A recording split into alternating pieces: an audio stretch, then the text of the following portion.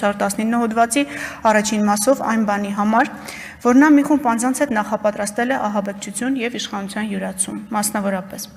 Վազգեն Գալստանյանը իր կողմից նախաձեռնված եւ ղեկավարվող Սրբազան պայքար անվանումով շարժումն իրականացնելու մի քանի ամիսների ընթացքում, չկարողանալով Հայաստանի Հանրապետության սահմանադրությամբ թույլատրված եղանակներով իրագործել իր կողմից շարժման առջև դրված Հայաստանի Հանրապետությունում իշխանությունը ստանձնելու նպատակը 2024 թվականի նոյեմբեր ամսից սկսած նպատակադրվել է այն իրագործել սահմանադրությամբ չթույլատրված եղանակով։ Եվ այդ նպատակի իրականացման համար շարժման մի շարք մասնակիցների Արթուր Սարգսյանի, Արսեն Ղազարյանի, Հայկ Շանազարյանի, Մովսես Շարբաթյանի, Տիգրան Թոփալյանի, Լիդիա Մանթաշյանի, Հրայր Հակոբյանի, Կարո Օկումուշյանի,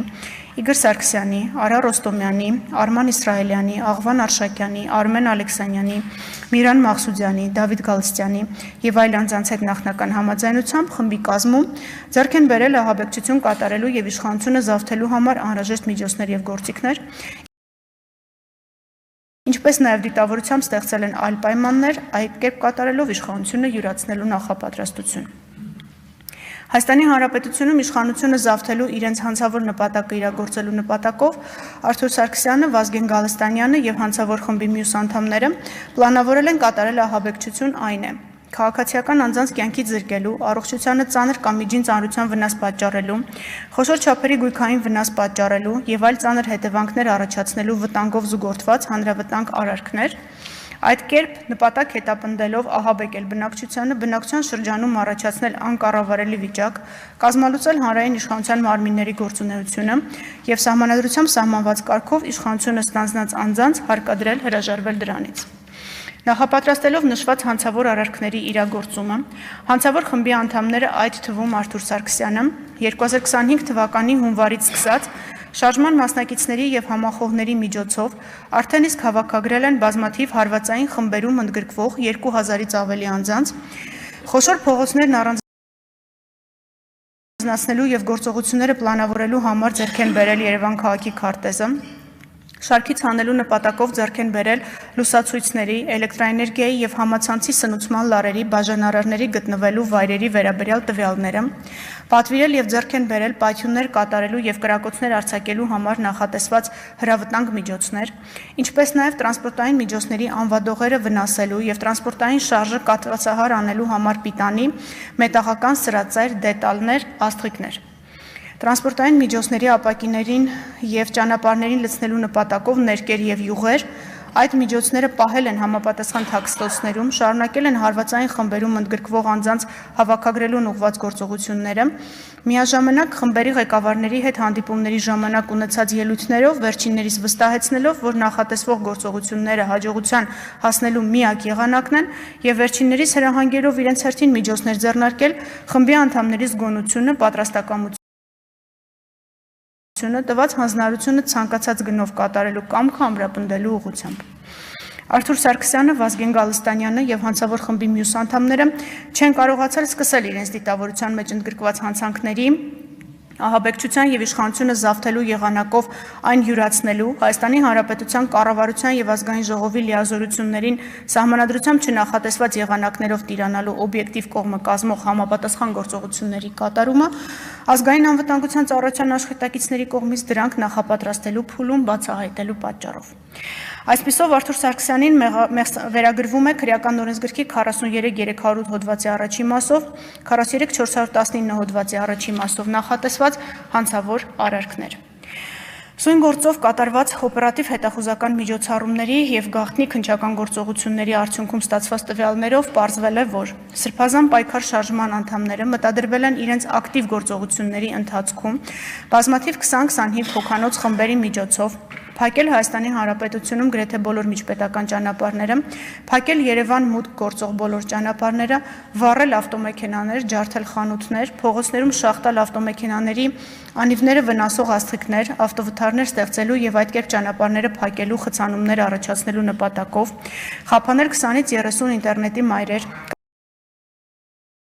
կատարել հոսանքազրկումներ, ինչը կբերի բանկերի եւ մեծ խանութների աշխատանքի խափանման, պայթեցնել սալյուտներ, սյուներին, դարպասներին, պատերին, կիրառել ծխարցակող միջոցներ, ներկով եւ յուղով լցված տարաներ նետել ավտոբուսների դիմապակիների վրա նրանց ընթացքը կանգնեցնելու եւ խցանումներ առաջացնելու համար, վնասել տրոլեյբուսի գծերը, խափանել ոստիկանության զորքերի տեղակայման վայրերի դարպասները,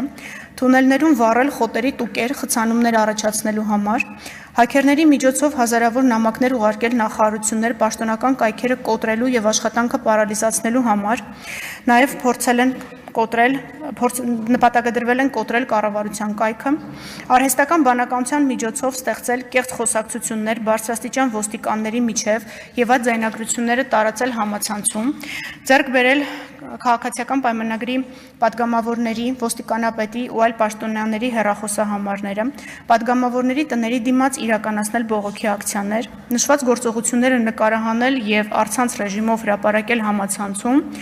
միաժամանակ նախատեսվել է Երևանում կազմակերպել հանրահավաք իշխանության վրա ճնշում գործադրելու համար, իսկ գլխավոր հարվածն իրականացնելու են այդ խմբերը, նպատակ ունենալով ջլատել ոստիկանական ուժերը, որը հնարավորություն կտար սրբազան պայքար շարժման անդամներին մուտք գործել ազգային ժողովի կառավարության շենքեր իշխանությունը յուրացնելու նպատակով։ Օպերատիվ հետախուզական միջոցառումների եւ գաղտնի քննչական գործողությունների արդյունքում ստացված տվյալներով պարզվել է,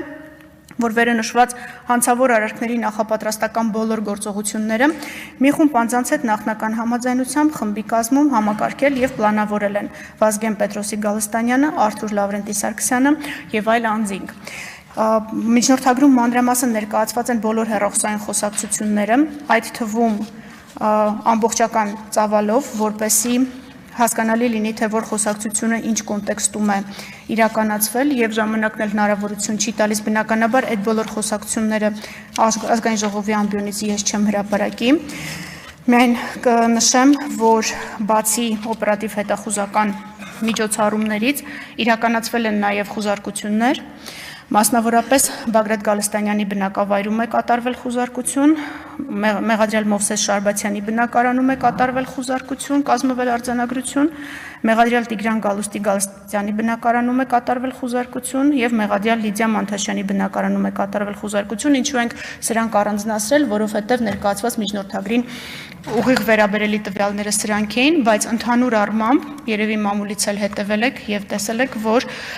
Մեղադրյալ որպես ներգրավվել են 17 անձ, որոնցից 16-ի նկատմամբ ընտրվել է կալանքը որպես խափանման միջոց, 1 անձ գտնվում է բժշկական հաստատությունում, այս պահին դատարանի թույլտվությամբ վարույթն իրականացնող մարմինը առգրավել է բժշկական պատմությունը, որպեսզի հասկանանք որքանով է բժշկական հիմքը իրականությանը համապատասխանում։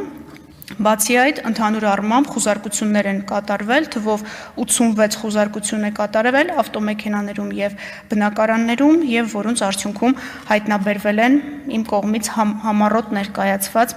բոլոր առարկաները, որոնք նախատեսված են եղել ըստ էության իրենց գործողությունները տրամաբանական ավարտին հասցնելու համար։ Հետևաբար, շատ չչարաշահելով ինձ հատկացված ժամանակը, մենք կարծում ենք, որ գնահատելով քրեական վարույթով հավաքված ապացույցները վերաբերելիության, թույլատրելիության, հավաստիության եւ բոլոր ապացույցների համակցությունը այս պահին առկա ապացույցների բավարարության տեսանկյունից